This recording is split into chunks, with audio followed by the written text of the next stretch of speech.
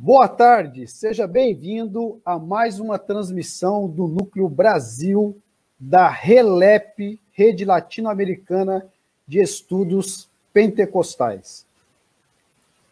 Bom, como temos esclarecido, a RELEP é uma rede de estudiosos e de estudiosas das mais diversas áreas que pesquisam os pentecostalismos.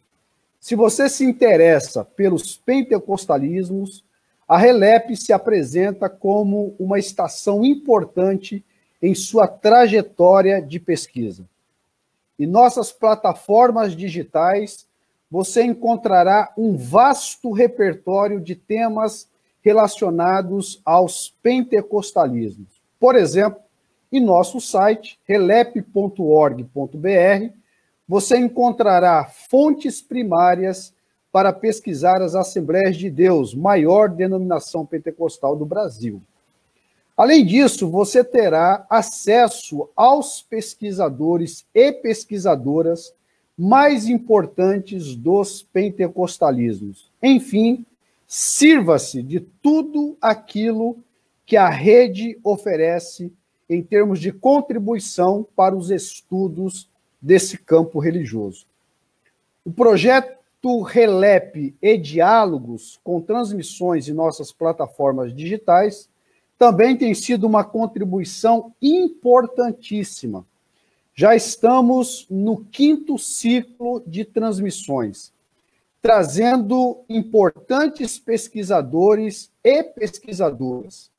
Por isso, agradecemos nossos parceiros, como CEILA Brasil, Centro de Estudos de História da Igreja na América Latina, e o NEIR, Núcleo de Estudos Interdisciplinares em História das Religiões. Feitas essas considerações, a transmissão de hoje tratará sobre o seguinte tema: pentecostalismos e criminalidade. Para isso, convidamos um pesquisador e uma pesquisadora experientes nesse tema. Então, eu chamo para a nossa transmissão a Viviane Costa. Viviane, seja bem-vinda e é um prazer tê-la aqui conosco. Dê um alô aí, então, para os nossos convidados, para os nossos participantes, por favor. Boa tarde. Eu sou muito grata por estar aqui nessa roda, nesse ciclo de conversa. Tenho acompanhado os outros, tenho acompanhado o RELEP. É importante para as minhas pesquisas até aqui, tem sido muito importante para o desenvolvimento. A gente vai pisando nos passos de quem veio antes, então a RELEP tem sido muito importante nisso. É uma honra estar aqui hoje compartilhando esse espaço com você, professor, e com o próximo convidado que tu vai anunciar. Obrigada. Ótimo, muito obrigado. O prazer é sempre nosso, uma alegria tê-la aqui, Viviane. Bom, e eu já chamo também para a nossa transmissão o Lucas Medrado, essa pessoa simpática, essa pessoa querida, enfim. Lucas, dá um alô aí para o pessoal, fica à vontade, meu querido. Olá, pessoal, boa tarde. Nossa, é um prazer imenso estar aqui, eu nem sei dimensionar, Rodney, eu acho que essa roda, ela foi tão esperada, né, Vivi? Nós falamos tanto sobre isso, e dessa forma, não só iremos passar o que nós pesquisamos, mas também aprender e a dialogar. Eu me sinto muito honrado de estar com a Vivi e contigo e com todos os outros que estão nos assistindo, e as outras também. Muito obrigado. Muito obrigado, Lucas, muito obrigado, Viviane, duas pessoas fantásticas que a gente tem acompanhado aí nas pesquisas, enfim, algumas lives. Nós estamos longe e próximos ao mesmo tempo. Bom, para quem não sabe, a Viviane, se eu não estou equivocado, está no estado do Rio de Janeiro e o Lucas está em São Paulo, é isso, né? Bom, exato. Mas antes de qualquer coisa, eu gostaria... Veja, é uma live sobre pentecostalismos, né? E uma prática muito comum entre os pentecostais trata-se do testemunho, né? Então, eu gostaria de passar a oportunidade para que vocês deem os seus testemunhos, né? Quais são os percursos, as trajetórias, enfim, né? por qual paragens vocês têm trilhado, enfim. Então, eu passo primeiro para a Viviane, para dar um breve relato aí sobre a sua trajetória de pesquisa, enfim. Fica à vontade, Viviane. Bom, eu sou da Assembleia de Deus desde pequenininha, como diria minha mãe. Sou criada na Assembleia de Deus e cresci em algumas expressões da Assembleia de Deus, algumas expressões do pentecostalismo, sempre no Rio de Janeiro, na Baixada Fluminense. E eu faço, depois de alguns anos, teologia na FAICAD, então eu sou formada em teologia na FAICAD, licenciada em História. E quando eu pretendo continuar com a minha pesquisa, eu vou para a Ciência da Religião na UMESP, que é onde eu estou concluindo agora, pesquisa de mestrado, né, em Ciência da Religião na UMESP, na área de Linguagem da Religião, e tento entender esses movimentos que são midiaticamente conhecidos como violência religiosa, intolerância religiosa, destruição de terreno na Baixada Fluminense, na Zona Norte do Rio de Janeiro. Vou tentar entender esse movimento a partir de uma discussão de uma teóloga. E aí, quando eu começo a pesquisa, a gente vai entendendo que o caminho é outro, que a gente tem outras possibilidades e outras leituras. Então, eu tenho caminhado por aí, pensado essa relação entre religião, tráfico, nas periferias aqui do Rio de Janeiro. Por isso que a gente acabou se aproximando, eu e o Lucas, porque a gente vai fazendo essa trajetória e pensando sobre esses mesmos assuntos. Muito legal, muito obrigado, Viviane. E agora eu passo também a palavra, né, para que dê o seu testemunho. Lucas Medrado, por favor, fique à vontade. Bom, eu sou pentecostal, sou da Assembleia de Deus aqui em São Paulo, do Ministério do Belém. Bom, a minha formação inicial é em letras, e depois que eu passei pela Faculdade Batista de São Paulo por uma pós-graduação, eu acabei encontrando o Gideon. Ele vai estar estudando por aí. Então, de lá para cá, ele me influenciou para bem ou para mal para estudar os pentecostalismos. E da pós-graduação eu fui para a UMESP. Na verdade, eu fui para estudar a Igreja Mundial do Poder de Deus, que até então tinha algumas questões que estavam sendo levantadas na academia, mas no meio tempo, ali no meio do caminho, apareceu essa nova questão na periferia que eu pesquisei. E de lá para cá, do mestrado, eu tenho me dedicado a estudar não só essa questão da criminalidade no meio pentecostal, principalmente nas periferias, e agora eu estou pensando no doutorado os discursos religiosos, né? E tentando fazer um link aí com um das letras. Legal, muito obrigado, Lucas. Bom, é isso. Você que está participando dessa transmissão, fique à vontade para interagir conosco. Aqui embaixo, né, você vai encontrar o chat e você poderá fazer, então, as suas observações e também apresentar os seus questionamentos. Bom, nós combinamos aqui nos bastidores que nós vamos fazer a seguinte dinâmica, né? Primeiramente, nós vamos ouvir o Lucas Medrado, fazendo uma exposição aí de 15 a 20 minutos. Depois, então, nós vamos ouvir a Viviane. E depois a gente volta, então, para interagir com os participantes da transmissão. Bom, o protagonismo é de vocês. Eu saio de cena e, Lucas, a palavra está contigo. Fica à vontade. Obrigado. Antes, deixa eu só dizer, para que os nossos participantes compartilhem a nossa transmissão, né? Dê um compartilhar aqui embaixo, para que realmente a gente possa atingir um número maior de pessoas. Bom, dito isso, agora sim, Lucas, a palavra está contigo e eu saio de cena. Gente, fiquem à vontade, a casa é de vocês. Fiquem à vontade. Muito obrigado. Bom, eu anotei algumas coisas para não me perder, até porque o assunto é vasto, né, Vivi? Então, tentar ser o mais sucinto possível. Como eu havia falado, o meu encontro com a temática sobre criminalidade e pentecostalismo, ele se deu no mestrado. Até então, no começo da minha... no começo das disciplinas ali, na ida mesmo, eu tomei conhecimento, a partir de um colega, que moramos na mesma região, de que ele estaria dirigindo uma igreja. E uma conversa informal, perguntei para ele qual seria a igreja, e de prontidão ele disse que era uma igreja cujo seu ministério tinha passado a ser um ministério radical. E aí ele estava se referindo, de fato, ao pastorado dele, um rapaz jovem, né? E eu fiquei curioso, porque depois de muito tempo, eu não sabia dessa vida pastoral dele. Até então, para mim, a igreja que ele dirigia seria mais uma igreja pentecostal dissidente, Mas, aprofundando a conversa, ele começou a dizer que essa igreja que ele havia montado ou formado era uma igreja que tinha um público diferenciado. E eu fiquei, né, curioso, porque normalmente as periferias elas trabalham com a questão da conversão e a pessoa vai para a igreja, sai do crime, se converte e tem um novo sentido de vida. Nesse caso, era específico porque ele já havia sinalizado em um dado momento que o seu público era composto dos meninos e de meninas que viviam no crime. Então, aquilo, de certa forma, me espantou, no sentido de como que acontece isso, né? Como que essas relações elas estão se dando. E aí eu levei a conversa para o meu orientador e disse, olha, eu tomei conhecimento dessas questões e logo nasceu ali a curiosidade. Puxa, por que a gente não pode pesquisar essa igreja e analisá-la com um pouco mais de atenção?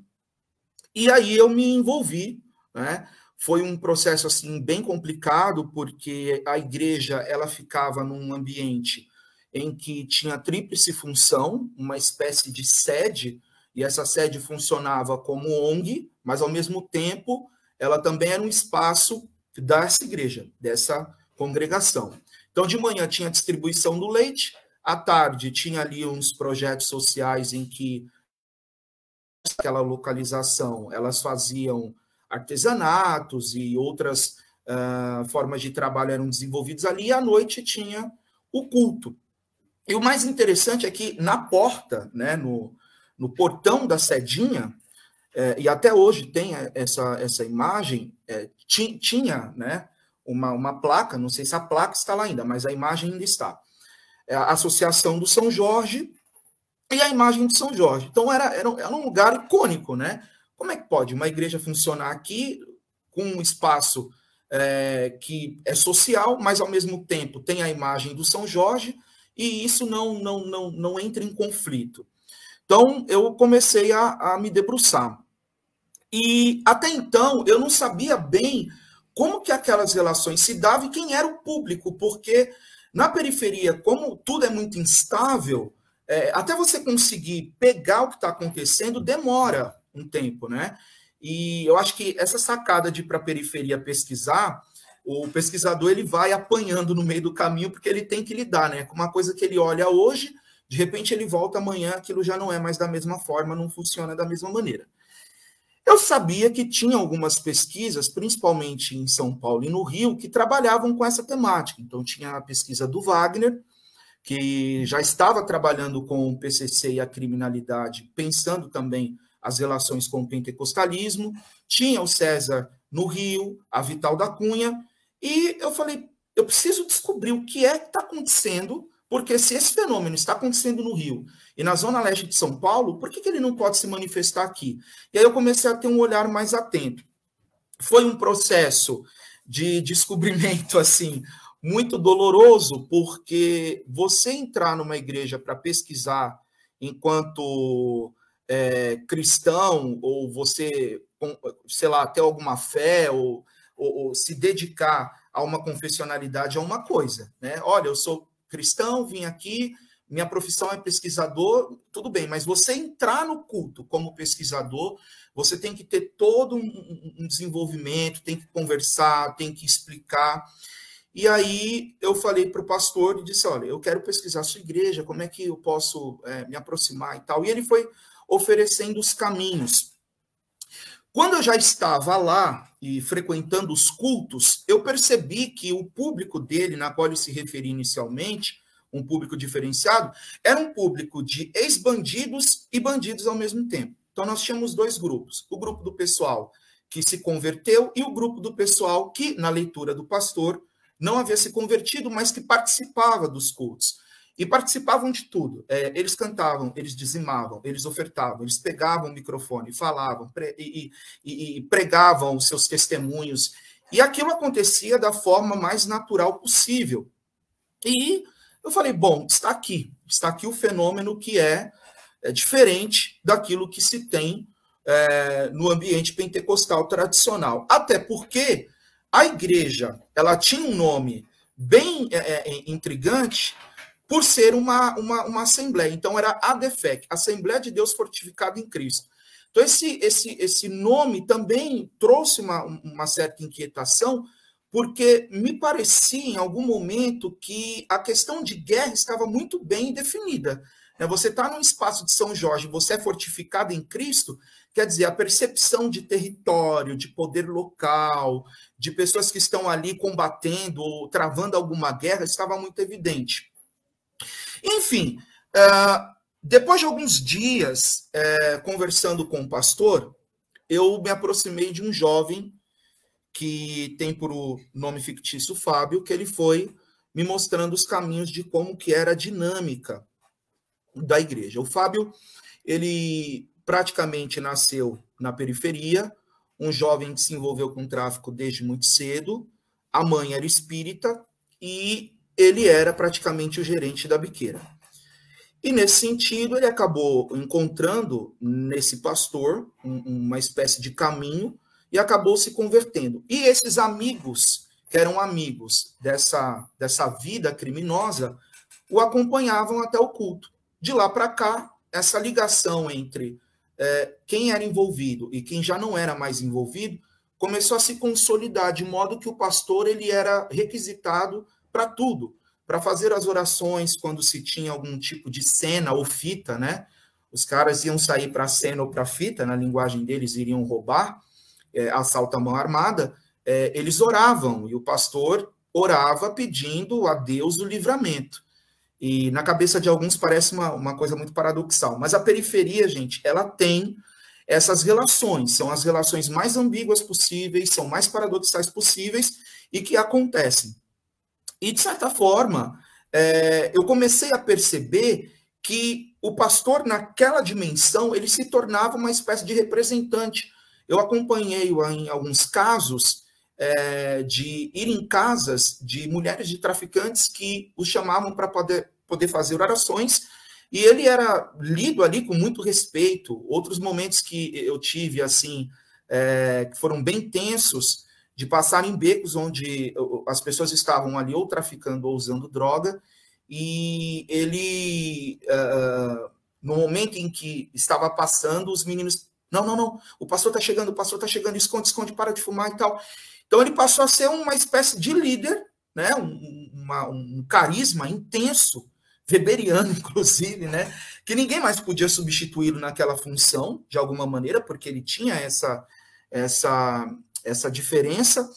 Então, ele passou a ser uma espécie de pai na fé dos meninos. Tanto é que, no meu livro, eu até falo que, em alguns momentos, ficou claro para mim que alguns terreiros de candomblé que existiam ali, eles já não eram mais procurados pelos meninos do crime. Era comum na favela de São Jorge você ter algumas mães de santos, alguns pais de santos, que eles tinham uma certa clientela para atender, e na chegada dessa nova igreja, dessa nova proposta, eles perderam espaço e os meninos começaram a apanhar esse pentecostalismo para si e viver essa modalidade. Bom, eu acho que a primeira coisa que é preciso destacar é que essa ligação ela estava bem clara, né? E essa ligação ela trazia consigo trocas simbólicas muito específicas, né? De modo que, em alguns momentos, não se sabia mais o que era o criminoso, o que era o ex-bandido, o que era o que não era, e o que estava no pancadão de madrugada, que de dia descansava e que à noite estava no culto com o microfone na mão. Por diversas vezes eu tentei arrancar algumas respostas dele referente a isso, se ele não se incomodava por ter uma mensagem pentecostal e ter sido, né, de um pentecostalismo clássico, como que ele se relacionava com isso. E algumas vezes ele fazia uma certa resistência, mas um dia ele me respondeu dizendo o seguinte: a minha função como pastor não é julgar os meninos envolvidos, tampouco as meninas, mas trazer uma espécie de unidade para que eles se sintam acolhidos. E esse acolhimento, que é um acolhimento muito, muito específico no pentecostalismo, principalmente nas periferias, ele não é novo, mas chama a atenção que essas afinidades imbricadas nesse processo de interação paradoxal, é interessante de se pensar como é que o crime ao lado do pentecostalismo dialogam, como que eles vivem, sobrevivem e mantêm contato em que não tem um conflito institucional, no caso dessa igreja, e como que os meninos viam a igreja, qual era a leitura? A leitura era de que o pastor era o guia, o que poderia orar para Deus livrar, o que poderia trazer um certo conforto, um certo acolhimento, mas, ao mesmo tempo, era uma espécie de ambiente que, por diversas vezes, se configurava num lugar que imprimia uma afinidade com esses indivíduos de maneira muito tranquila. E isso, em certo momento, é bem visível, porque as cadeiras, as caixas de som, boa parte dos objetos que tinham na igreja, eles eram comprados com o dinheiro do crime. E isso acontecia de forma muito, muito pacificada entre eles. E uma vez alguém me perguntou, mas o dinheiro é generoso, né? Se é generoso, não tem nada a ver com a criminalidade. Mas se o pastor ele tinha conhecimento e não falava nada, então isso estava muito bem resolvido entre eles, né? Então, como que isso acontecia? Então, esse papel estratégico, tanto dos meninos quanto do pentecostalismo que estava ali, era um papel colaborativo entre eles. De modo que os meninos que estavam envolvidos, eles não se viam pressionados em nada, né? Porque o certo seria, entre aspas, o certo da pregação mais fundamentalista. Se você não se converter, você vai para o inferno, né? Você vai para o inferno porque você é envolvido, porque você é criminoso. Isso não acontecia. E tudo bem, está tudo tranquilo. Porém, havia uma leitura da comunidade muito específica também no sentido de que se os meninos estavam indo para a igreja, por diversas vezes o rapaz que eu entrevistei ele fala isso, significa que eles estão no caminho certo. Eles só não podem dar mancadas, mas eles podem viver uma vida tranquila no pentecostalismo. Mas e os ex-bandidos? Como que eles viam os bandidos envolvidos nisso? E aí eu pergunto para o Fábio, que era o menino que já tinha se convertido, como é que você vê essa situação dos seus colegas nesse pentecostalismo em que eles não se convertem? E, por diversas vezes, ele se colocou de maneira muito enfática. Tá tudo bem, os meninos estão aí, uma hora Deus faz a obra. E esse fazer a obra, na leitura deles, era justamente o tempo passar e não se tocar nesse assunto via púlpito. Que isso é uma questão intrigante. Como é que você vai para o culto, você sabe que você está num culto em que se prega um Cristo que tem que salvar, que você se você não se converter, você vai para o inferno, e você convive com isso. Bom, resumindo a questão, por diversos meses eu estive lá e em momento algum eu escutei qualquer que seja a pregação em relação a essa questão de condenação. O que eu ouvi foram pregações relacionadas à cura, a milagres e a restaurações. Nesse sentido, o discurso do pastor ele estava totalmente desvinculado com qualquer aspecto conversionista. Então, não se tinha esse apelo, né? Por isso que era muito fácil conviver, né? Se você não tem um discurso que coloca essa situação em xeque, não se tem o porquê questionar entre eles, e eles não se questionavam. Resumindo, o que eu consegui perceber? Que esse pentecostalismo específico nessa periferia, que foi o que eu conversei com a Vivi nos bastidores, que quando se olha para a periferia, a mania que se tem é de achar que a periferia ela é monolítica, né? Um bloco único, que está todo mundo falando da mesma coisa, que as coisas acontecem de maneiras iguais, e não são assim, e nem deveria ser assim, porque cada local tem a sua especificidade. Mas o que eu percebi lá, no São Jorge, que essa reconfiguração pentecostal não só aliou o pentecostalismo à criminalidade, como a própria comunidade os via numa relação totalmente pacificada e tranquila. De modo que a igreja, ela ficava numa rua, essa igreja lá, depois vocês podem procurar a dissertação e saber o final do acontecido. A igreja, ela ficava numa rua, uma rua que, quando tem pancadão, ela dá mais ou menos umas 2.000 pessoas. Então, não tem como você andar. A polícia não chega lá, porque não tem como você atravessar a rua. E o pessoal que ia para o pancadão, que fazia tudo e muitas outras coisas, no domingo à noite estavam lá tranquilamente pregando, ouvindo, glorificando e, se possível, até falando em línguas. Então, era uma reconfiguração pentecostal de um movimento constante, quer dizer, de modo que as pessoas se movimentavam ética e moralmente dentro dos seus ambientes de sobrevivência, esse pentecostalismo também se readequava e se reconfigurava numa religiosidade em constante movimento. É por isso que na periferia você não pode pensar em uma religiosidade fixa, porque não dá, é tudo muito instável. Então, ao passo que você tem o bandido que se converte, você tem também o bandido que não se converte, e a convivência com essa religiosidade, ela funciona numa assistência espiritual de modo muito pacificado. Então, essa capacidade do pentecostalismo de se refazer, de se ressignificar, acaba provocando uma rede de acolhimento de relações de inconsistências, mas, ao mesmo tempo, plenas de sentido.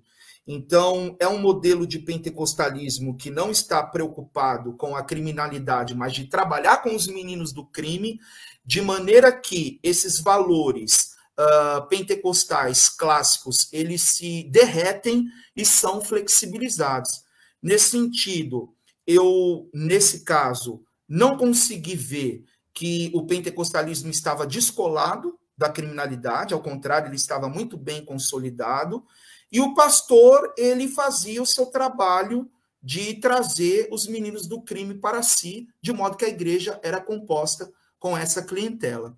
Então, a minha conclusão no final, e já caminhando já para acertar no meu tempo, é que esse campo de pesquisa, que é a periferia, ele não é homogêneo, né? Ele é heterogêneo, e eu acho que essa que é a sacada do pesquisador que está na periferia, porque ele se desafia a observar um campo que, mesmo olhando atentamente, ele descobre coisas que talvez ele jamais julgaria que aquilo existisse.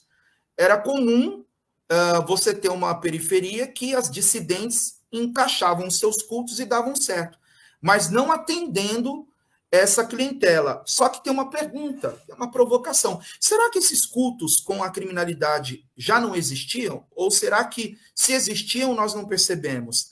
Então, quer dizer, naquele momento abriu-se um espaço ali epistemológico para se pensar que essas coisas existem, essas relações estão entranhadas dentro dos becos e vielas da vida e que precisam ser repensadas à luz da sociologia, da história, da antropologia ou qualquer outra área. Então, essa é a minha relação com a pesquisa e de onde eu parto e o que eu estudei. Muito obrigado.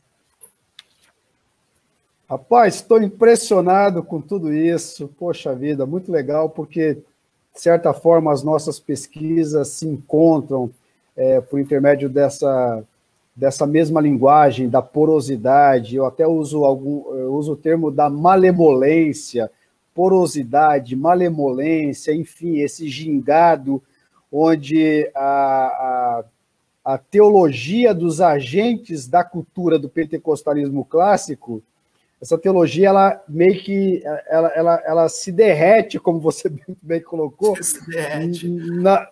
nas significações, nas periferias. Então, assim, Lucas, nós estamos assim bastante satisfeitos com as suas colocações.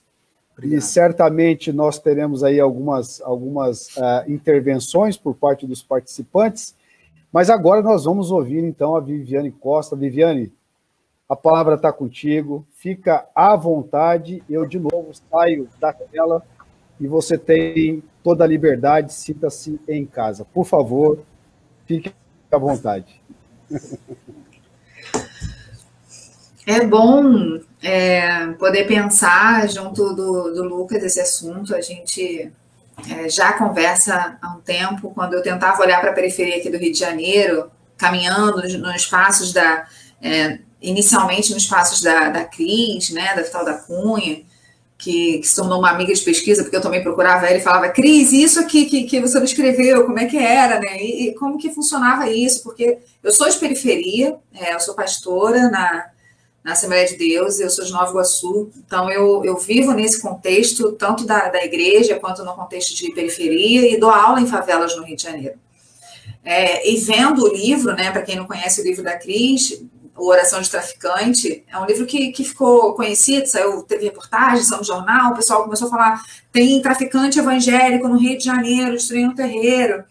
E a Cris tinha uma preocupação, ela teve esse cuidado na pesquisa de colocar que esse traficante não se identificava como evangélico, esse traficante, ele era identificado como evangélico, mas ele não se auto-identificava evangélico. Isso lá na pesquisa dela, que é publicada em 2010, 2015. 2015, eu acho que é publicada a pesquisa dela. Estou até com o livro aqui. E aí, quando a gente pensa nessa questão do traficante evangélico no Rio de Janeiro, mediatizado dessa forma, o traficante evangélico na mídia, é publicado em 2015 o livro, essa mídia que começa a publicizar dessa forma desse traficante evangélico, e eu, como pastora evangélica na Baixada Fluminense, eu pensava que era meio absurdo algo do tipo acontecer, alguém destruir uma casa de umbanda e candomblé no nome de Jesus, né? E aí eu fui fazer essa pesquisa meio que de uma forma um pouco apologética, pensando, não, peraí, não tem como alguém estar destruindo um terreiro em nome de Jesus, esse tipo de coisa está acontecendo, isso é muito ambíguo, é impossível que algo dessa forma esteja acontecendo no Rio de Janeiro, debaixo dos nossos olhos, e a gente não esteja percebendo como igreja. Então foi um pouco a pastora teóloga fazer essa pesquisa. E aí eu dando aula em alguns seminários de igreja na Zona Norte do Rio de Janeiro, em Parada de Lucas, Zacaria, em lugares que são hoje constitutivos desse complexo de Israel, que é conhecido mediaticamente no país inteiro, mas na época ainda não era.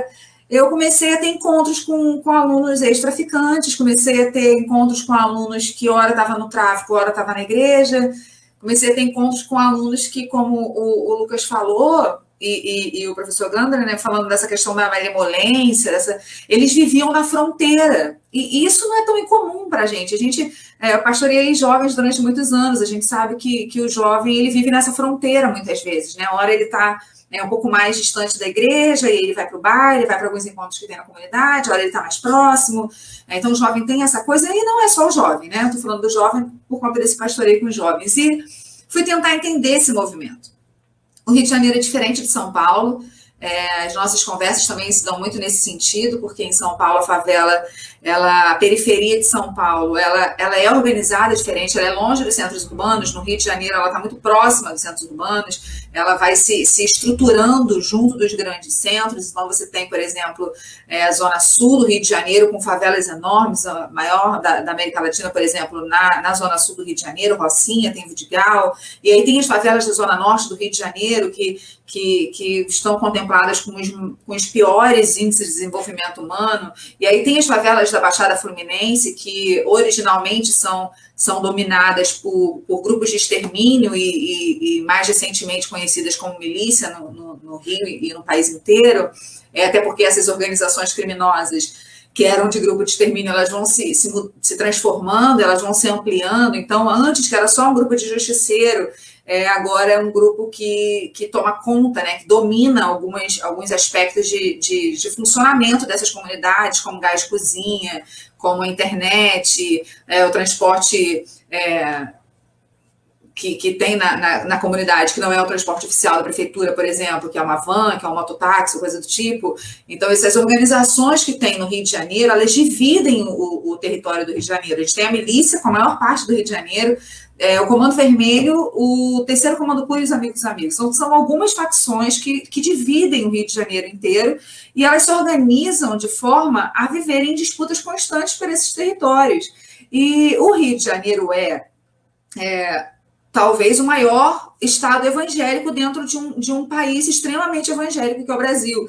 Então, há um movimento de pentecostalização de alguns países, de alguns territórios de pobreza no mundo, se a gente for pensar em pentecostalismo, movimentos pentecostais, e for pensar em movimento carismático, e especialmente na América Latina, especialmente no Brasil. Quando a gente pensa no Rio de Janeiro, um estado que, se a gente for pensar nas especulações, nos trabalhos de projeções do José Eustáquio, por exemplo, que diz que em 2030 os evangélicos serão a maioria no Brasil, talvez, se a gente for olhar para as periferias, se a gente for olhar para as favelas, a gente já pode dizer que em algumas favelas os evangélicos são a maioria no Rio de Janeiro.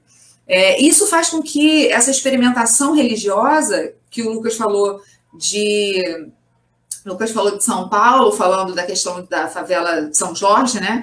Aqui no Rio de Janeiro, apesar da favela não ter esse nome São Jorge sempre esteve muito presente nessa expressão religiosa, nessa experimentação religiosa e nessa identificação religiosa das favelas. Com essa pentecostalização, né, das periferias, e periferias aqui eu estou incluindo alguns territórios da Baixada Fluminense, da Zona Oeste, e também alguns territórios reconhecidos como favela, com a pentecostalização desses espaços, o sujeito que é o traficante também passa a ter outras experimentações religiosas diferentes daquela que era afrocatólica, né? Que era uma religiosidade mais sincrética do catolicismo com a Umbanda. Ele agora tem experimentações religiosas para além disso. Então, ele está envolvido num caldo cultural, numa experiência cultural que está imbricado, que está relacionado com essa pentecostalidade que atravessa a cultura, que se constrói imbricada com essa cultura.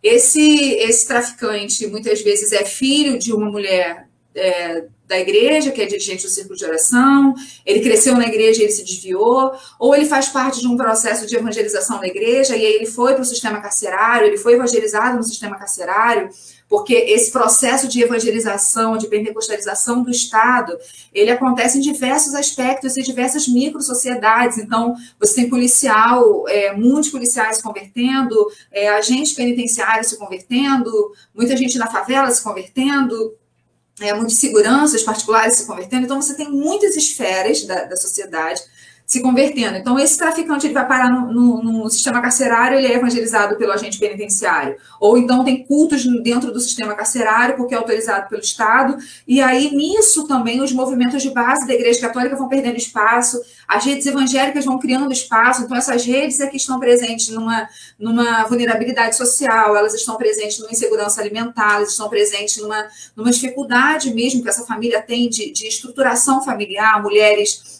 os Gideon costumam muito falar isso, né? Que quem está na favela é pobre, preto, periférico e pentecostal. Então, essa mulher, né? E aí falta colocar mulher aqui no caso, porque é pobre, preto, periférico e pentecostal, e em sua maioria mulheres. E em sua maioria mulheres que são chefes de família e que sustentam essa estrutura familiar sozinha, e que saem de casa para trabalhar em casas de família na Zona Sul ou em outros lugares de classe média alta, e esse filho dessa mulher fica exposto ao tráfico, então é uma irmã da igreja que toma conta, que ajuda a cuidar daquela criança. Então, as redes religiosas evangélicas nas periferias vão ocupando espaços e criando redes de afeto, né? E essa mãe, que é a mãe daquele jovenzinho que a comunidade toda conhece, ele estava indo na igreja com a mãe, mas aí a mãe precisa trabalhar e deixar ele na rua, ele se envolve com o tráfico, a cultura que ele está inserido, a expectativa, a experimentação, a perspectiva teológica dele é evangélica. Então, quando ele está no tráfico, apesar dele estar no tráfico, ele acredita que o Deus dos evangélicos é o Deus Todo-Poderoso e que o Deus São Jorge, ou que Ogum, ou uma outra representatividade, uma outra expressão religiosa, representa o diabo.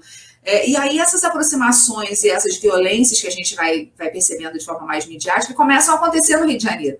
A Cris primeiro diz que esse traficante não se autodenomina evangélico. A Cris também fala algo importante, e o Lucas tocou no nome dela, e é muito importante falar tanto da Cristina Vital da Cunha quanto do Alvito, que são pesquisadores das ciências sociais na UF, que fazem etnografias nesses territórios do Rio de Janeiro. É porque eles começam a pensar a relação de religião com tráfico desde antes dos evangélicos terem essa presença tão marcante nesse território carioca. Eles começam a fazer essa leitura lá na década de 80 e 90, quando essa relação já existia com esse movimento afrocatólico. E aí, quando tem esse redirecionamento religioso para uma expressão evangélica pentecostal, ela diz assim, inicialmente eles não se identificam como traficantes evangélicos, não, mas o discurso deles é evangélico, a gramática deles é evangélica, a forma com que eles expulsam as pessoas do terreiro, eles falam, sai daqui em nome de Jesus, porque esse lugar aqui pertence a Deus, vocês não têm espaço aqui, ó, não quero ninguém com roupa de macumba aqui, não quero ninguém usando guia. Então, o discurso é evangélico, a gramática é evangélica, o Deus dele, a quem ele se identifica no discurso é evangélico, mas ele não se diz cristão. Muitas vezes ele não se diz cristão, não se diz evangélico, por conta dessas características específicas que antigamente eram mais rígidas para considerar uma conversão. Né? Então, antes, se a gente for pensar no Ricardo Mariano, se a gente for pensar em outros pesquisadores da sociologia falando sobre conversão, eles vão dizer que conversão é aquele primeiro momento, aquele movimento que se faz quando por exemplo, conversão pentecostal. Quando é um pentecostalismo clássico, rompe com a droga, rompe com o mundo do crime, rompe com sexo fora do casamento ou de forma pecaminosa, rompe com algumas práticas que não condiz com o movimento pentecostal. E essas fronteiras do pentecostalismo, ou dos pentecostalismos, que são fronteiras que, como vocês já disseram antes, tem malemolência ou porosa, o Pierre Santi também vai falar sobre isso, sobre as fronteiras que são porosas, o Schultz-Hall vai falar sobre as identidades que são fragmentadas, que essas fronteiras religiosas, as fronteiras de identidades, elas não estão mais tão sólidas, então elas podem se atravessar, e quando elas se atravessam, essas ambiguidades aparecem. Ou a Mafra, que vai falar também sobre a questão da fronteira mais embaçada, mais fluida.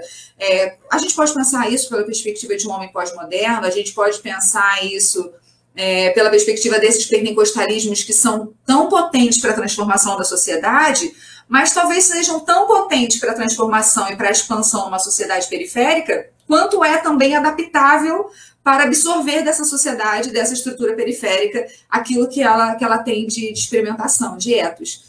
Como a Ivone Meg fala, como a Clara Mafra fala, sobre a questão do modo de viver. Então, o modo de viver, ou o modo de ser, carioca, há pouco tempo, era ser católico devoto de São Jorge. E aí você vai ter policial, que tem o São Jorge como representação, você tem o exército, que tem na cavalaria São Jorge como representação, você tem traficante com São Jorge tatuado no corpo, com um monte de imagens que representam num colar ou coisa do tipo, essa figura de São Jorge, aí a gente vai ver no cinema, vai ver na música, São Jorge sempre com essa aliança com o bandido, né, nessa aliança com São Jorge, com algum, e esse modo de ser, como esses pesquisadores chamam, ou esse ethos, como a gente pode chamar, ele é transformado por essa pentecostalidade, e essa pentecostalidade também atravessa o mundo do crime, que também atravessa esse movimento pentecostal, talvez por essa porosidade, talvez por essa malemolência, né, como foi dito aqui.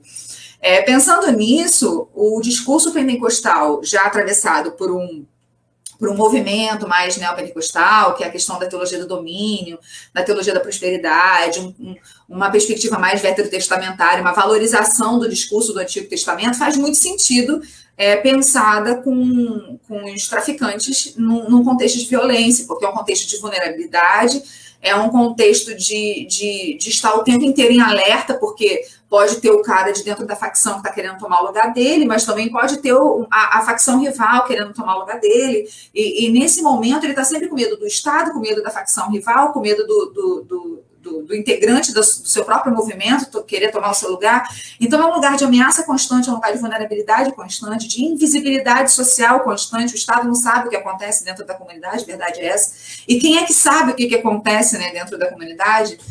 Porque essas leituras acontecem de forma fragmentada e da forma que a comunidade se deixa ver, né? De que forma que essa comunidade se conta para a gente. Então, essa comunidade se conta pelos muros, por exemplo.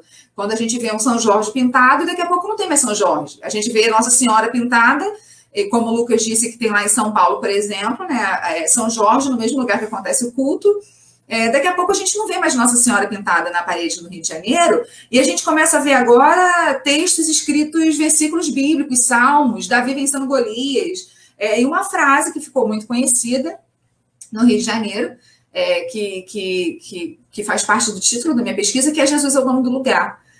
Jesus é o dono do lugar virá assinatura de uma facção no Rio de Janeiro para determinar os lugares que foram conquistados por ela debaixo de uma orientação divina. Então, o mesmo território que a Cris Vital pensa essa religiosidade, que ela chama o livro dela de Oração de Traficante, porque eles fazem uma oração todos os dias no radinho às 5 da manhã.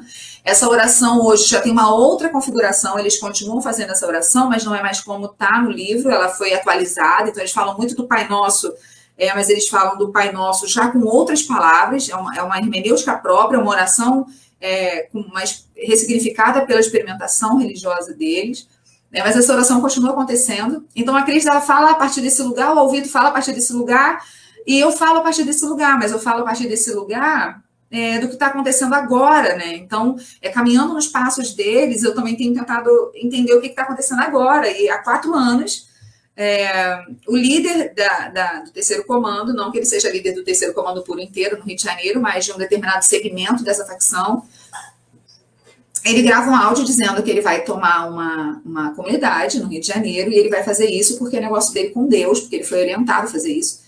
E ele recebeu uma direção de Deus para fazer isso, porque a facção rival não respeita o morador, a facção rival não trata esse morador com dignidade, não cuida da comunidade. E ele recebeu uma orientação de Deus de libertar essas pessoas dessa facção rival e que ele vai chegar lá e que ele não vai precisar dar um tiro. Se tiver que dar tiro, ele vai dar, mas que ele não vai precisar dar nenhum tiro, porque foi Deus que mandou ele tomar aquele lugar para libertar aquele povo dessa facção. E apesar de haver áudios no YouTube com alguns tiros na tomada da Cidade Alta, no Rio de Janeiro, o que se conta na comunidade, entre os moradores, quando a gente pergunta, e na pesquisa, apesar da minha pesquisa não ser pesquisa de campo, eu estou no campo, então ela é bibliográfica, mas eu tenho a experimentação do campo, os moradores dizem que a Cidade Alta foi tomada sem um tiro, assim como Deus disse para o pastor Álvaro Malaquias. O pastor Álvaro Malaquias é o Peixão, que é o líder e o dono do Complexo de Israel, no Rio de Janeiro. Eu falo pastor Álvaro Malaquias porque, segundo a investigação do Ministério Público, ele foi ordenado pastor numa Assembleia de Deus em Duque de Caxias, na Baixada Fluminense, no Rio de Janeiro. E também, segundo os moradores, ele é considerado pastor e é de conhecimento da comunidade que ele foi ordenado pastor. Hoje ele não faz mais parte dessa igreja que ele foi ordenado, ele faz parte de uma outra igreja dentro de uma comunidade. E essa experimentação religiosa e esse direcionamento religioso que ele dá para as ações dele, para a expansão do Complexo de Israel no Rio de Janeiro, são todas, segundo ele, direcionadas por Deus. Agora, há outros propósitos e outros projetos de expansão desse Complexo de Israel no Rio de Janeiro. Não vou compartilhar aqui, mas tem nos compartilhamentos deles, nos canais de YouTube, no Twitter, que é oficial dessa facção. E quando a gente pensa nisso, e a gente pensa que essa religiosidade está sendo expressada quando ele fala que Jesus é o dono do lugar, então agora já há uma auto-identificação, diferente daquilo que aparecia lá na pesquisa da Cris, que as pessoas diziam que eram traficantes evangélicos. Agora eles já assinam no muro e contratam moradores da favela para desenharem, para pintarem, para picharem, contratam artistas da favela para escreverem que Jesus é o dono do lugar, com um peixão do lado, com a proibição do uso de crack, porque no terceiro comando puro não pode usar o crack. Então, a ética da favela, que é uma ética agora atravessada pelo pentecostalismo, uma ética que é mergulhada nessa pentecostalidade, ela é atravessada por essas questões de não pode usar o crack porque prejudica o templo do Espírito Santo, acaba com a vida da pessoa, o que não aconteceria no caso do uso da maconha. Precisa garantir a segurança das crianças, precisa garantir a segurança da comunidade. Então, de acordo com o discurso dele, ele devolve essa comunidade para o morador e administra essa comunidade como alguém que é um libertador. O nome dele também, dentro do movimento, é Arão. Então, nesses áudios divulgados, normalmente as pessoas falam que a tropa de Arão vai invadir determinado lugar e vai libertar aquelas pessoas em nome do Deus vivo, o Deus de Israel. Todos esses áudios estão divulgados na rede social deles, nos canais de YouTube deles, e não há uma preocupação mais, aí tem aquilo que o Lucas estava falando, da questão da conversão, da questão de estar nessa fronteira. O que há agora são ambiguidades, mas ambiguidades que são assumidas. É uma hermenêutica própria, que é atravessada pela estrutura pentecostal, que se imbrica, né, nessa violência que tem, violência sólida, violência física, violência de Estado, violência urbana, e ela é atravessada pela guerra espiritual. Então, esse discurso da guerra espiritual, que é simbólico no movimento pentecostal, ele é reapropriado, ele é ressignificado, e ele toma conta e determina como que esses símbolos religiosos e essa linguagem religiosa vai se aplicar dentro desses contextos de violência no Rio de Janeiro. Então, pensar pentecostalismo hoje no Rio de Janeiro e pensar pentecostalidades hoje no Rio de Janeiro não é tão simples, assim como já não seria pensar só pentecostalismos, né? Pensar só pentecostalismo já tem toda a sua complexidade, mas pensar pentecostalismos e crime tem ainda mais complexidade. E quando a gente pensa pentecostalismos e crime nas periferias, porque crime e milícia também é crime, quando a gente pensa em crime, a gente não pode falar só do crime do preto, a gente não pode falar só do crime favelado, né? A gente tem um crime que as pessoas chamam de crime de colarinho branco, coisa do tipo, já num termo racista, mas essa questão de pensar o crime no Rio de Janeiro faz com que a gente se debruce sobre igrejas que não se associam com o movimento para manter uma blindagem moral, como a Cris chama no livro dela. Ela fala, os pastores que não se envolvem com o movimento, eles garantem uma blindagem moral. É esse que o traficante vai pedir oração ou coisa do tipo. Mas também tem aqueles pastores na comunidade que aceitam receber ofertas, sabendo que vem do movimento, que é o tráfico de drogas. Eles aceitam patrocínios para as festas. Então, como patrocinavam as festas das casas de Umbanda e Candomblé, agora eles patrocinam as festas da igreja. E aí esses cantores famosos começam aí nas favelas, patrocinados pelo tráfico, e sabem que são patrocinados pelo tráfico, mas vão, porque são convidados por igrejas que têm esse patrocínio, que a igreja não teria como pagar. Então, a gente tem algumas formas de entender essas aproximações. Não dá para dizer que a igreja na favela está, de fato, envolvida com tráfico, porque não é assim. Também não dá para dizer que a igreja na favela não está envolvida com tráfico. A gente tem diversas expressões religiosas, diversas formas de experimentar a religiosidade na favela. Tem pastores que fazem questão de não se associarem com o movimento, e ONGs também que fazem questão de não se associarem com o movimento, para manter essa blindagem, essa autoridade diante do tráfico de drogas na favela. Tem pastores que se apropriam dessas facilidades que o tráfico oferece. Então, é muito dinâmico, é muito complexo. Acho que, assim como o Lucas, eu também tenho muitas perguntas, além de algumas poucas respostas. A gente olha, a gente pensa, a gente repensa. Mas o que fica muito claro para mim, para encerrar, é pensar que a gente precisa olhar o traficante como sujeito, né? Como cidadão, como alguém que está inserido num contexto social, e assim como a mãe dele se converte, assim como a avó se converte, como a esposa se converte, muitas vezes faz parte da igreja, ele também se converte e nesses imbricamentos e nessas fronteiras porosas, malemolentes ou frágeis ou fragmentadas, como cada pesquisador vai chamar, mas nessas possibilidades de fronteira, esses imbricamentos acontecem, essas ambiguidades acontecem, e ignorar não dá. O Lucas falou no começo, né? Nossa, a gente já tem conversado sobre isso há muito tempo, sobre a importância de falar sobre isso na RILEP, justamente por isso, assim, a igreja precisa olhar para esse fenômeno, precisa se considerar a parte dele e pensar como ela pode se posicionar tratando do assunto, ao invés de fugir do assunto e fingir que ele não está acontecendo. Estou muito feliz por esse encontro, acho que a troca está sendo super importante e eu espero que a gente continue nessa conversa rica. Obrigada, gente.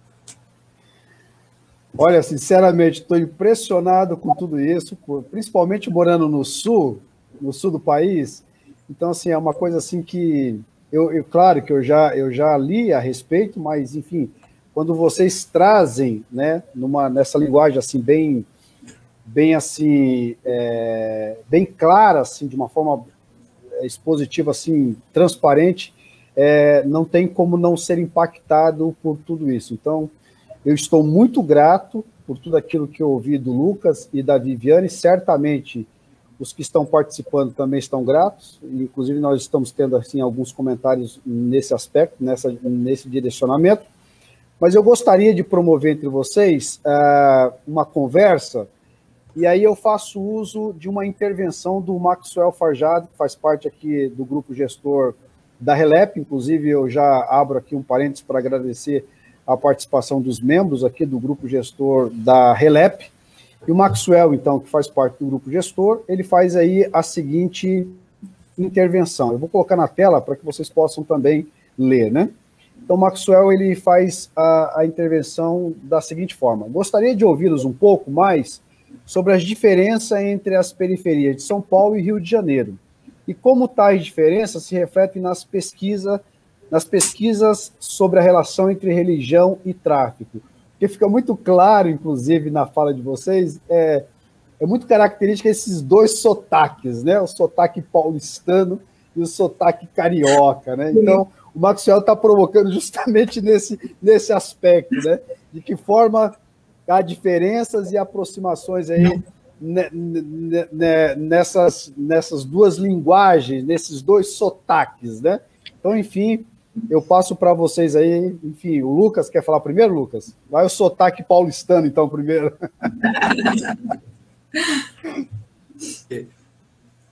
Eu tô rindo aqui porque tá uma mistura de línguas, é o sul e o sudeste aí. Isso. Vamos lá. Eu penso o seguinte, que em São Paulo, nós temos, como a Vivi colocou, e é bem interessante isso, as periferias elas acabam até ficando muito mais próximas das cidades nesse sentido de relação, né? Em São Paulo, você tem vamos dizer assim, uma espécie de fundão que vai segregando para os cantos da cidade, sabe? E cada vez que você olha, por exemplo, aqui na Zona Sul, você tem lugares muito específicos que às vezes nem constam no mapa, né? Eu tive uma dificuldade imensa de poder relacionar a favela que eu pesquisei com o bairro, porque tem São Jorge de Cima e São Jorge de Baixo. Então, eu estava falando do São Jorge de Baixo e não do São Jorge de Cima, que tem treta com os caras, essa é a linguagem. Então, era muito complicado. E os mesmos espaços, eles estão nos mesmos lugares, sim. São coisas de louco. Só que, o que acontece? Essa situação de diferença, ela é muito específica, porque aqui eu vejo que, eu não sei se aí no Rio tem essa questão. Mas aqui, a periferia, ela funciona mesmo, principalmente na Zona Sul, como um lugar comunitário, em que pai de santo, traficante, pastor evangélico, dona de casa, trabalhador, negro, negra, se veem no mesmo ambiente, convivem nesse mesmo ambiente, sabem dos perigos que se corre quando se tem coisas envolvidas e tem que se manter em silêncio. Mas quando se tem, por exemplo, um trabalho de enxelagem, está todo mundo junto e ninguém discute. E que se acontece alguma coisa dentro daquela família comunitária, todo mundo vai cobrar a situação de quem mexeu com quem. Então, quer dizer, há um laço fraterno entre essas comunidades que elas partilham de um lugar, um espaço comum, mas, ao mesmo tempo, favela fulano de tal tem guerra com fulano de tal, mas o PCC, de certa forma, traz uma pacificação. Então, se formos pensar em relação à década de 90, eu era pequeno, e minha mãe narra essas histórias que tinha que atravessar comigo a Vila Dionísio, e por diversas vezes nós tínhamos que pular corpos, porque a favela estava tomada de corpos, porque não havia ali um controle. Então, era a lei de todos, e todos faziam o que viesse à cabeça. Hoje você não tem isso mais. Então, o menino que rouba, se ele fizer alguma coisa errada, ele é chamado pela disciplina. Então, essa disciplina não é uma pacificação do Estado, como dizia o governador. Essa disciplina vem de dentro, vem dos presídios. Isso tudo faz com que essas relações na cidade de São Paulo elas estejam mais amenas, porque existe um sistema de controle que funciona, que dá certo, e que faz com que essas forças elas mantenham um certo padrão de funcionalidade dentro desses esquemas periféricos. Eu não sei se no Rio é assim, mas tem uma outra característica interessante, principalmente aqui, é que não mexe com crente. Não mexe com crente. Os crentes não dão trabalho. Então, assim, por que não mexe com os crentes, né? Então, essa questão de não mexe com os crentes têm, e aqui pelo menos, é impressionante, é um bar, uma igreja, outra igreja, um bar. Então, assim, até as academias estão perdendo espaço, né? Antes era academia, bar, igreja. As academias estão perdendo espaço. Eu até falo isso no meu livro, que tem lugares que eram mercados e que foram injetados dinheiro de tráfico ali para poder virar uma igreja, para que os traficantes tivessem um acolhimento espiritual. Tanto é que o menino que eu entrevistei, ele dá esse relato. Então, quer dizer, não mexe com o crente, porque o crente pacifica, não tem festa todo final de semana, ele ora pelo livramento para a favela não ficar muito mal vista. Então, quer dizer, existe uma... Não é bem uma aliança, como a Vivi colocou, não é que a igreja está envolvida com o tráfico, mas ela tem uma certa relação em que todos partilham de um campo em que esses conflitos, ora aparecem, ora não. Mas eu acho que essa diferença em São Paulo, ela é bem específica nesse sentido de estar mais ameno, estar mais tranquilo em relação a essas forças que vêm de dentro, assim. Se é que me entendem, esse vem de dentro de um sistema carcerário. Viviane, como é que é aí no Rio? Eu estava vendo o Maxwell ontem na aula, né? Ele estava dando uma aula ontem, eu estava assistindo, falando sobre as franjas, se referindo ao mapa, ele falando das franjas, no sentido de pobreza, de lugares de pobreza.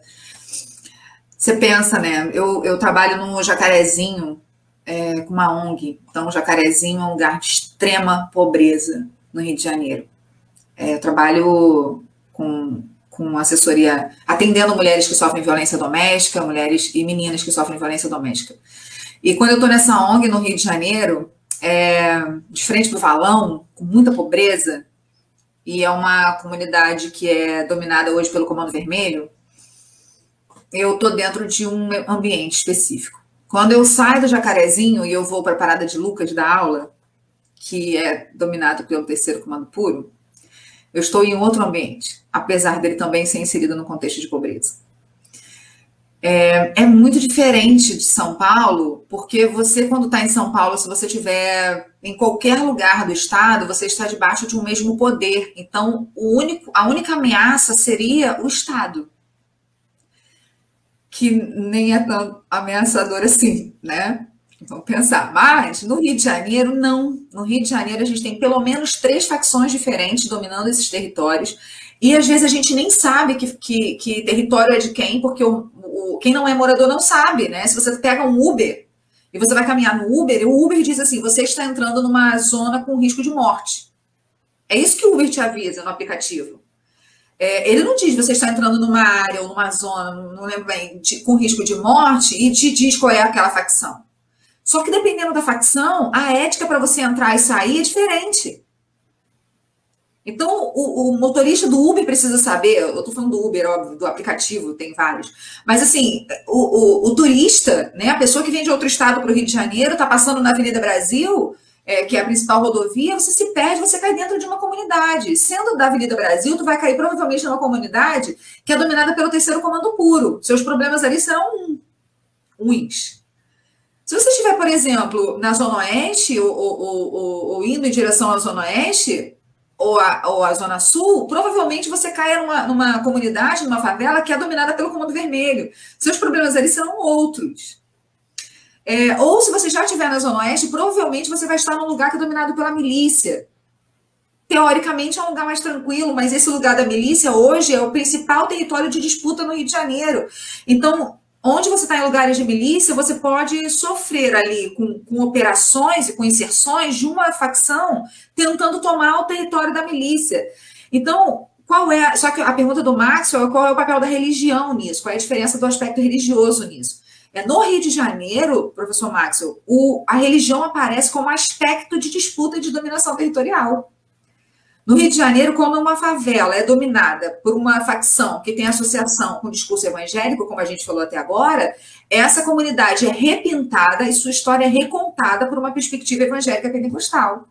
Então, onde tinha uma imagem de santo, ela é tirada, ela é destruída. Onde tinha uma imagem pintada no muro, ela é apagada e substituída. Então, no Rio de Janeiro, a religião aparece como aspecto da dinâmica de disputas territoriais e de dominações territoriais. É diferente, do que a gente vê, por exemplo, em São Paulo, apesar de, em São Paulo, também ter traficante evangélico. Apesar de, em outra facção, que não é essa, que hoje é a dona do que se chama Complexo Israel, também tem traficantes evangélicos, porque traficantes evangélicos esse fenômeno não está restrito ao segmento da facção que é responsável, ou que é dona, ou que está no domínio do Complexo Israel. A aproximação de traficantes com evangélicos acontece no PCC, acontece no Comando Vermelho, acontece em outras facções, outras organizações criminosas, inclusive na milícia. Mas quando a gente fala desse segmento que organiza o Complexo Israel no Rio de Janeiro, a gente está falando que a religião, para eles, faz parte do discurso de dominação. Eles agem, se movem, conquistam e se identificam como alguém que está fazendo isso em nome de Deus, ou porque Deus os direcionou a fazer dessa forma, como uma missão de libertação dessa comunidade que está sob a mão de uma outra facção, que tem uma administração violenta, ou que vende, por exemplo, crack, que seria prejudicial. Então, a religião, professor Max, ela no Rio de Janeiro, ela aparece como aspecto de dominação. Ela se apresenta no cenário como parte da dinâmica, ela não fica ali só com uma religiosidade do sujeito. Ela vem como ator, assim, ela aparece de uma forma muito significativa, é por isso que a gente vê esse tamanho que o Complexo de Israel está tomando no Rio de Janeiro e fora dele. Eu não sei se eu respondi, mas acho que é por aí. Olha, eu estou assim, impressionado e até gostaria de destacar um ponto que eu acho muito importante. Vocês são dois pesquisadores robustos, a gente percebe pela fala de vocês, mas vocês trazem uma característica que é uma contribuição da tradição pentecostal. Vocês se comunicam muito bem, vocês falam muito bem com clareza. Então, assim, eu gostaria de... É que, assim, ó, certamente, não sei, eu tô jogando, mas certamente vocês pregam, vocês falam ao público e tal, e desenvolveram essas habilidades e competências, porque vocês falam com muita clareza, enfim, tudo é muito límpido em termos de fala. Então, assim, eu estou muito satisfeito, tá? Eu vou passar para uma última pergunta, que é uma pergunta do Gideon, porque o tempo já estourou, mas eu poderia... Eu vou deixar para o Lucas essa. Eu vou tentar deixar para você. Eu poderia ficar aqui muito tempo, mas eu gostaria apenas de ler aqui que o David, eu acho que deve ser assim que se pronuncia, ele está dizendo aqui que é impressionante essa hermenêutica dentro das comunidades quando há relação entre crime e fé. E ele vai também elogiar e dizer que é interessante o relato da Viviane, porque ele enquanto ela estava apresentando, ele colocou, né? Mas certamente ele acha o mesmo do Lucas, enfim, né? E aí, por último, ele coloca ali ainda o David, ele diz assim, ó, muito boas abordagens, Viviane Costa e Lucas Medrado. Obrigado por compartilharem estes relatos, estudos e análises sobre a realidade em favelas e comunidades de periferia em São Paulo e Rio de Janeiro, quanto ao aspecto religioso. O Maxwell está tecendo loas para vocês aqui, dizendo que é excelente, Viviane e Lucas, enfim. E o Ian também, o Ian Silva, ele vai dizer o seguinte, já ouvi vários comentários sobre o entrar na bênção, a igreja como um local de salvação, mais física que espiritual. Eu não sei, ele não colocou aqui no formato de pergunta, mas é uma intervenção que ele fez. E agora, então, dito tudo isso, eu vou aqui na pergunta do mestre de todos nós, o Gideon Freire Alencar, né? Então, ele vai fazer a seguinte indagação.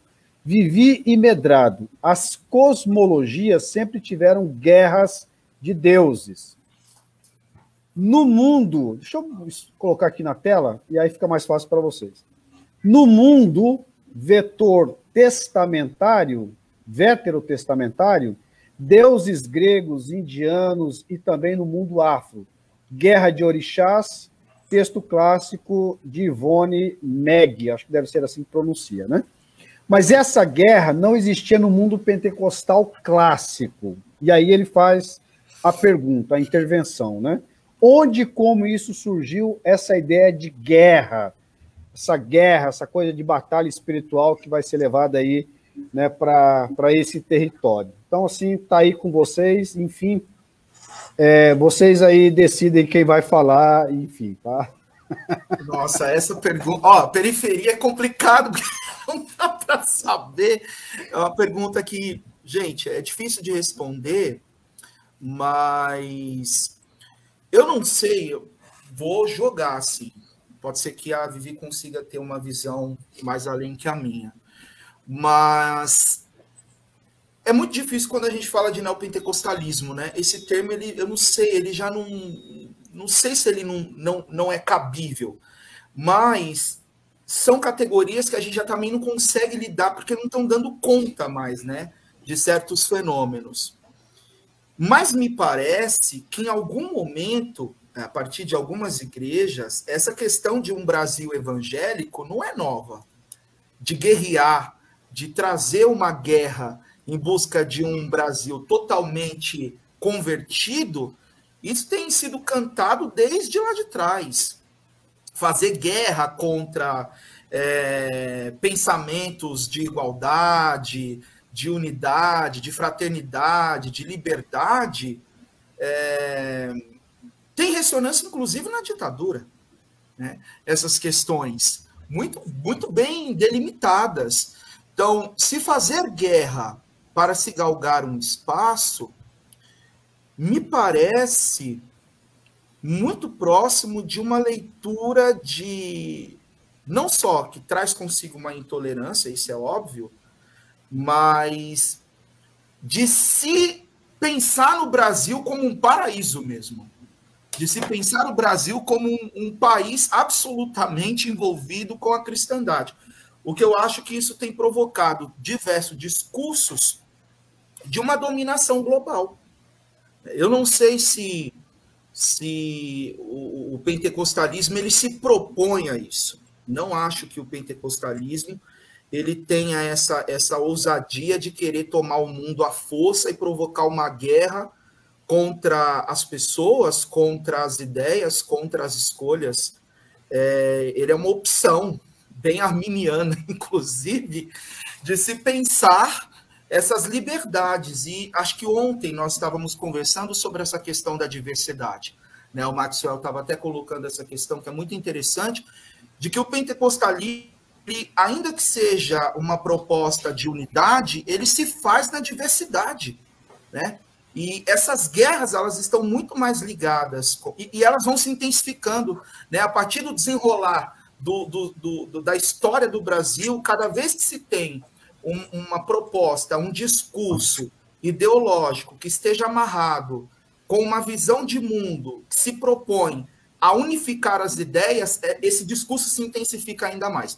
E esses são os dias em que nós estamos vendo isso, né? Essa guerra, inclusive, eu até assisti um vídeo que eu vi hoje no Instagram, de um determinado pastor, com falas racistas, provocando guerras ideológicas e de falas contra outra pastora, que também tem falas, né, e provocando ali uma disputa de espaço, julgando que realmente ele tem a razão e que tem esses ambientes de octógono mesmo. Então, acho que cada vez que o brasileiro ele se coloca à disposição de uma visão que ela é, de certa forma, individualista, intolerante, isso perpassa o mundo e o filtro de quem prega e de quem usa a Bíblia. E, nesse sentido, eu penso que os discursos eles são produzidos por vozes sociais. O pregador, quando ele vai para o púlpito, ele tem as vozes do seu público, ele tem as vozes da sociedade, ele tem a sua voz, e, em último caso, se ele for maldoso, ele filtra a voz de Deus e passa a voz de Deus pelos outros filtros. Isso vai trazer a ele certas legitimidades para poder provocar violências, e violências no plural. Então, acho que cada vez que se intensifica essa cosmovisão da guerra, que é um discurso de igrejas que cantam essa proposta, isso vai tomando outros contornos e vai sendo colocados em ligação com identidades e instituições que se identificam com isso. Viviane, dá um pitaco aí. Você pode colocar a pergunta dele de novo aqui? Claro, sem problema nenhum. O mestre Gideon, ele é incrível, né? E ele vem com essa provocação, não é de hoje que ele vem com essa provocação. E cada vez que ele fala sobre isso, me provoca muitas questões, porque é justamente aquilo que eu tenho tentado responder, né? De onde vem essa questão? Quando a gente entra nas favelas que eu tenho pesquisado, lá não tem igrejas categorizadas em ondas como neopentecostais. Não tem. O que tem lá é a Assembleia de Deus. O que tem lá é um irmãozinho que saiu da Assembleia de Deus, que abriu uma igreja parecida com a igreja que ele tinha e colocou o nome de um ministério, né? Que é uma igreja independente, que vem de uma dissidência. De onde vem esse discurso, né? Aí a gente pode dizer que esse discurso vem de uma onda pentecostal que atravessa as outras ondas, e aí vai atravessando não só outras ondas do pentecostalismo, mas outros movimentos religiosos no Brasil, até no catolicismo, por exemplo, que potencializa o movimento carismático no católico, né? A gente vê que esse movimento ele vai passando pela Batista, ele vai passando por expressões religiosas católicas, vai passando por outras vertentes que não tem muito a ver com essas ondas pentecostais. Então, considerando o neopentecostalismo como um movimento que atravessa outros movimentos que vieram antes dele, a gente poderia até pensar que essa questão da teologia do domínio, que vai ser uma teologia do reconstrucionismo, numa teologia mais histórica, mais não pentecostal, mas não é isso que o Gideon está falando aqui, eu acho, né? É por isso que eu pedi para ver a pergunta de novo. Ele bota que as cosmologias sempre tiveram guerras de deuses. Então, ele está dizendo aqui, desde as constituições, se a gente for pensar, por exemplo, no Guerra de Orixás, da Ivone Mag, que é o livro que ele está falando, que é esse daqui, então ele está falando desse livro aqui. Nesse livro aqui, a Ivone vai dizer... ela vai pesquisar um terreiro de Umbanda na zona norte do Rio de Janeiro, que é onde eu pesquiso também. E ela vai dizer que esse terreiro de Umbanda na zona norte do Rio de Janeiro determina o modo de ser. O modo de ser nessa comunidade é determinado pela expressão religiosa que se tem, experiência religiosa que se tem nesse terreiro. Então, ela diz que o terreiro, ele extravasa os lugares do lugar do culto. Então, é ali que acontecem as festas da comunidade, é ali que acontecem os encontros das pessoas, é ali que as pessoas sociabilizam. Então, o modo de ser na favela carioca, segundo a Ivone, nesse livro Guerra de Orixá, é um modo de ser macumbeiro, né? Que é como fica popularmente conhecido. Mas é umbandista, candomblessista, católico sincrético, esse é o modo de ser. Quando ela fala de Guerra de Orixá no livro dela, que é o que o Gideon cita, ela está falando de guerra de orixás que acontece entre pessoas desse terreiro que ela está pesquisando, e dentro desse terreiro as pessoas começam a entrarem em crises e hierarquias dentro dessa estrutura religiosa. Então, eles não estão brigando com o pentecostal. Então, ainda não tinha essa guerra que tem hoje, que é a do pentecostal agredindo, violentando, destruindo, ou, em nome de movimento pentecostal, havendo essa violência. Ali era uma guerra de orixás mesmo. Se a gente for pensar, e aí volta, o que é de interessante nessa maneira que ele pergunta dessa vez, porque ele já me perguntou isso antes, quando ele coloca as cosmologias sempre tiveram essa guerra dos deuses, ele está voltando lá atrás, e ele está dizendo que na estrutura da humanidade isso já esteve presente, pelo que eu estou entendendo. Porque, na verdade, sempre esteve presente. Se a gente for olhar como surgem os orixás e como surgem as identificações dos orixás, um brigou com o outro, queria conquistar aqui, perdeu ali. Então, esse animismo, né, que daqui a pouco ele vem com algumas referências religiosas, depois atravessadas pelo africanismo, ele está o tempo todo atravessado com guerras de orixás, de inquices, de voduns, de expressões religiosas que não é só nossa. Vindo para o pentecostalismo, a gente é catolicizado, a gente é colonizado com um discurso que invisibiliza a religiosidade afro, invisibiliza a religiosidade indígena e impõe uma religiosidade católica, que é o que a gente faz depois também como pentecostais, numa atitude proselitista de ir para as periferias e sair ganhando os espaços, um movimento carismático, as pessoas começam a falar em línguas, e glória a Deus por isso, que é o que eu quero que aconteça mesmo, porque eu sou pastora pentecostal. Mas pensando no sentido de guerra espiritual, a gente vai tomando todos os espaços e invisibilizando, destruindo os altares. E aí a gente diz que para alguém que se converteu, o que ele tem que fazer? Destruir os deuses deles, porque aquele Deus precisa perder aquele território, precisa sair daquela casa. Então ele tem que destruir mais, tem que se desfazer da roupa. Isso é desde a cosmologia, e isso que o Gideon falou na pergunta, Mexeu muito comigo porque justamente me levou lá para a constituição da religião na humanidade, né? Isso existe desde sempre. E aí a gente vai ver as guerras do Antigo Testamento, porque não começa, como ele fala aqui, não começa no texto veterotestamentário. Não começa, por exemplo, com Manuel de Melo dizendo que quer ganhar o Brasil para Cristo. Não começa, por exemplo, no discurso do Brasil terrivelmente evangélico. Não começa no discurso de alguém que vai dizer que a gente vai ter um país e que todo mundo que estiver nos lugares de poderes desse país vai ser evangélico. Não começa aí. O que se tem é que agora uma pentecostalidade que antes, num pentecostalismo tradicional ou clássico, não tinha muitos projetos para essa vida, os projetos eram para a vida futura. Esse pentecostalismo atravessado, esses pentecostalismos atravessados pelo movimento neopentecostal ou por algumas outras expressões que estão nessas bricolagens todas, ele quer os espaços de poder. E como ele quer os espaços de poder, essas guerras começam a surgir de outras maneiras, tanto na política, quanto no tráfico, quanto nos espaços de disputas de território. É como eu estou pensando, mestre Gideon, mas eu também nem sei se eu estou pensando de forma muito coerente, mas você vai perguntando e eu vou devolvendo com outras questões e divagações. Eu acho que um dia a gente consegue ter uma resposta para isso aí. Mas depois eu quero te ouvir, mestre. Qual é a tua resposta para essa pergunta? Fiquei curiosa agora para isso.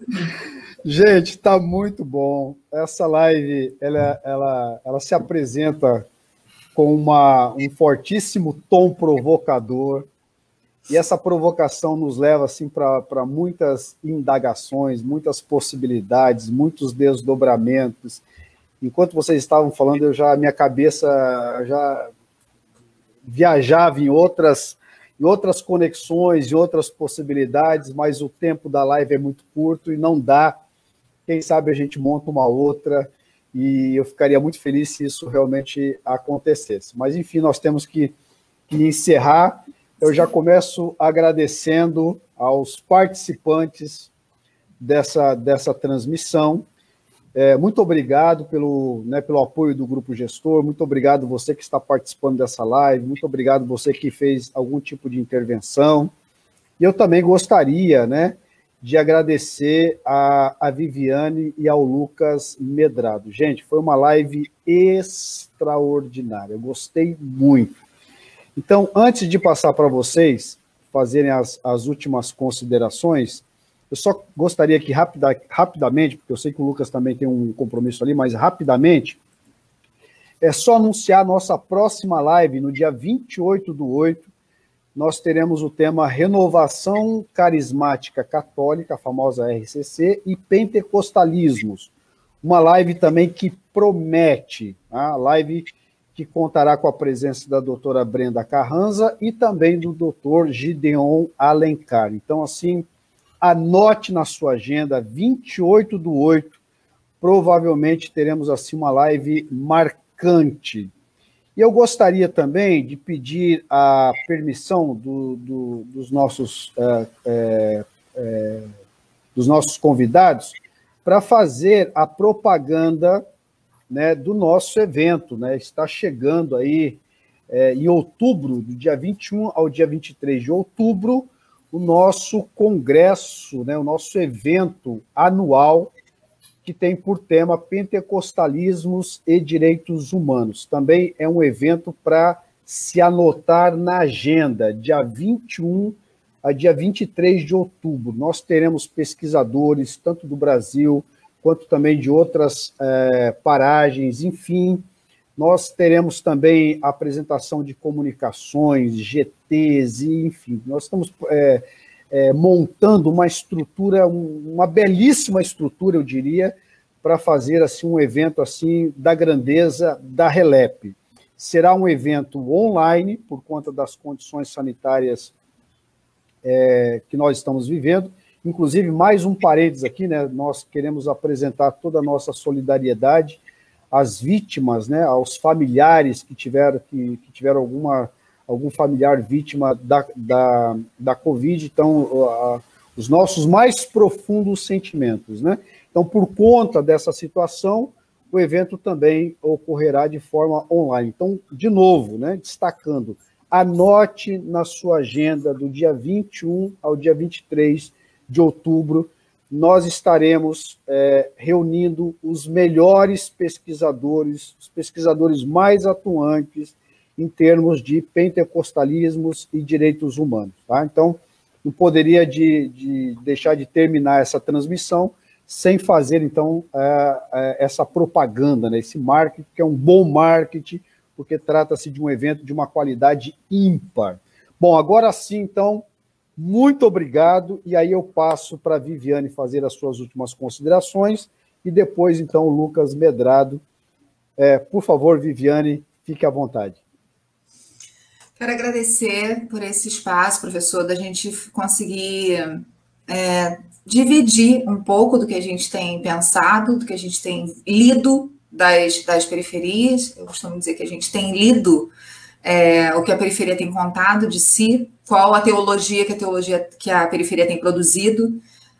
Acho que a gente precisa pensar muito mais sobre uma questão de olhar e ler a teologia da periferia do que tentar ensinar uma teologia para essa periferia, ouvi-la. Então, é um desafio para nós, um desafio para os pentecostais, e essa live é um convite também para isso, né? Para que outras pessoas se unam nesse olhar de tentar entender o que está acontecendo nessa periferia, nessas periferias do país inteiro, e a gente está aqui caminhando junto, eu, Lucas, outras pessoas, tantas que têm pesquisado periferia no país, e poder compartilhar isso na ReLap é sensacional, mediada pelo professor e junto do meu amigo, foi incrível. Obrigada pela oportunidade, e a gente conversa em outras oportunidades. Obrigada por quem acompanhou também, gente. Tchau, tchau.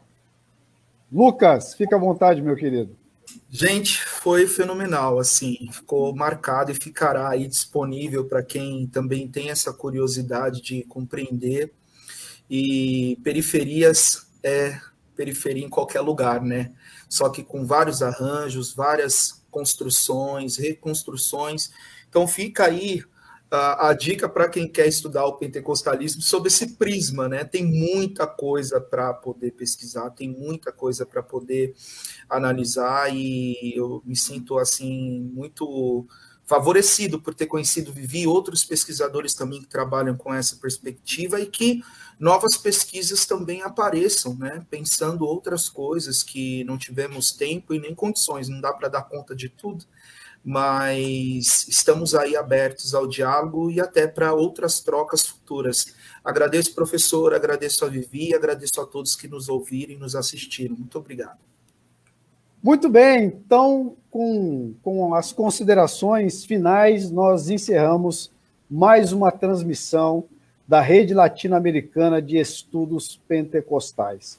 Bom, você é o nosso convidado para as próximas transmissões, e ficamos aqui, né, gratos por todas as participações. Bom, é isso.